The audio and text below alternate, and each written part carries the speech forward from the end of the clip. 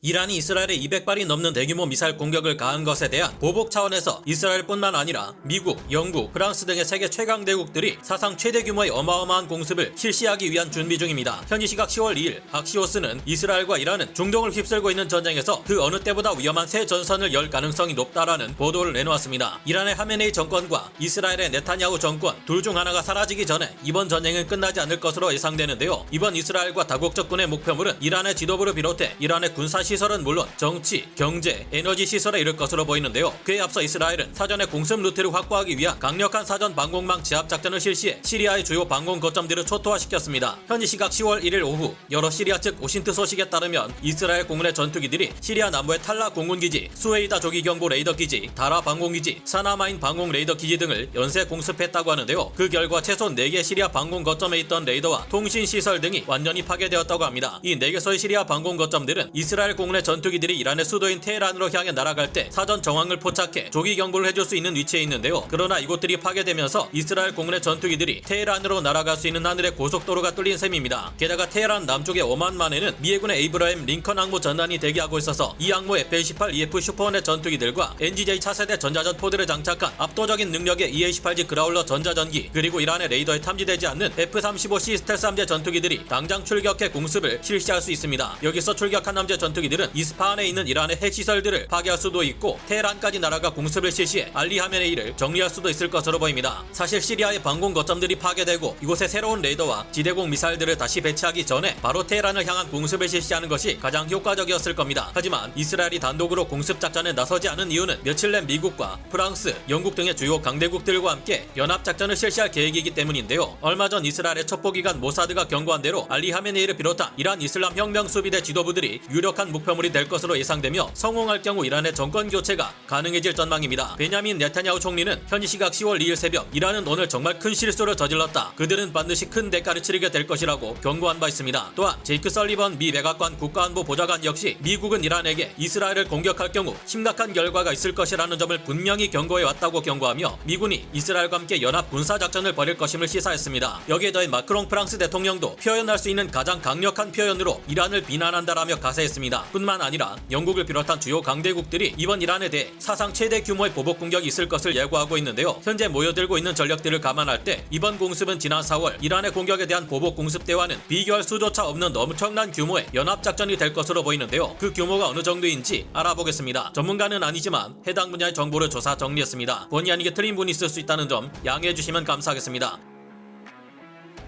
이스라엘은 이란이 자국의 대규모의 미사일 공격을 결심한 순간부터 보복작전을 위한 준비를 시작했다고 하는데요. 10월 2일 미 중부사령부는 F-22A 스텔스 전투기 비행대와 A-10C 공격기 비행대, F-15E 스트라이크 이글 전투기 비행대, F-16C 전투기 비행대들이 관할 구역 내 주요 기지들에 전개를 마쳤다고 밝혔는데요. 하늘에서 공중급유를 담당하기 위해 다수의 KC-135R 공중급유기들 역시 카타르의 알 우데이드 공군기지에 전개된 상태입니다. 그리고 키프로스에는 여러 대 영국 유로파이터 타이푼 전투기가 전진 배치를 마쳤고 요르단의 프린스 하산 공군기지에는 프랑스의 라팔 전투기 비행대가 전진 배치된 상태입니다. 이란의 남쪽 오만만에는 이미 미 해군의 에이브라임 링컨 항모 전단이 대기 중이며 이외 추가로 미국은 해리 S 트루먼 항모 전단을 중동으로 보냈습니다. 그리고 이 해역의 어딘가에 미 해군의 오하이오급 순항 미사일 원잠 중 하나인 조지아 SSGN이 150여 발의 토마호크 순항 미사일을 장착하고 대기 중입니다. 키프로스 공군기지 북쪽의 해상 레바논의 바로 코앞에는 미 해군의 와스프급 강습 상륙함 전단이 대기 중입니다. 여기에도 F-35B 스텔스 전투기들이 있습니다. 여기에 더해 영국의 페어포드 기지에는 미 공군의 B-52H 전략 폭격기들이 전진 배치되어 있습니다. 강습 상륙함의 F-35B 스텔스 전투기들은 이란 혹은 정예축 세력이 발사할 수 있는 미사일을 요격하는 방공 임무에 투입되거나 뒤도 새도 모르게 그들의 시설을 타격하는 임무를 맡을 수 있을 것으로 보입니다. 조지아 SSGN과 B-50H 전략 폭격기들은 유사시 방공망이 초토화된 테헤란에 대규모 융단 폭격을 감행할 수도 있을 것으로 추정됩니다. 이에 맞서 이란에서도 현재 최고 수준의 방공 전투 태세를 보여주고 있습니다. 이란 이슬람 혁명 수비대는 서쪽의 모든 공역에서 고강도 방공 전투 태세에 들어갔다고 밝혔는데요. 이들은 지대공 미사일을 언제든 발사하기 위해 비상 대기 중이며 알리캣이라는 별명을 가지고 있는 자국 공군의 F-14 톰캣 전투기를 비롯한 공중 전력으로 초계 활동 역시 최대 수준으로 가동 중이라고 합니다. 한때 미 해군의 로망이었던 F-14가 이란에서 미군에 맞서고 있다니 아이러니하네요. 이스라엘 내각에서 이미 보복 공격을 위한 의견이 나왔기에 며칠 내 이스라엘과 다국적군에 보복 공격이 있을 것은 확실한 상황입니다. 올해 11월이면 임기를 마치게 될 바이든 미 대통령 역시 이란의 핵시설을 직접 타격하는 것은 반대하고 있지만 미국 민주당의 다음 대통령 후보인 해리스의 당선 가능성을 높이기 위해 이란을 강력하게 제압하려 할 가능성이 높다는 언론의 보도들이 잇따르고 있는 상태이고요. IAEA 등의 원자력 전문기관들이 밝힌 바에 따르면 올해 연말이 되면 이란의 핵무기가 완성될 것으로 전망되고 있어서 사실상 올해 가을 바로 지금이 이란의 핵시설을 파괴하기 위한 유일한 기회입니다. 이란의 핵무기가 완성된 이유가 되면 언제 이란이 핵무기를 사용해 이스라엘을 보복 타격할지 알 수 없는 상황이 되기에 더 이상 공습으로 그들의 도발을 억제하는 것도 어려워질 가능성이 있기 때문입니다.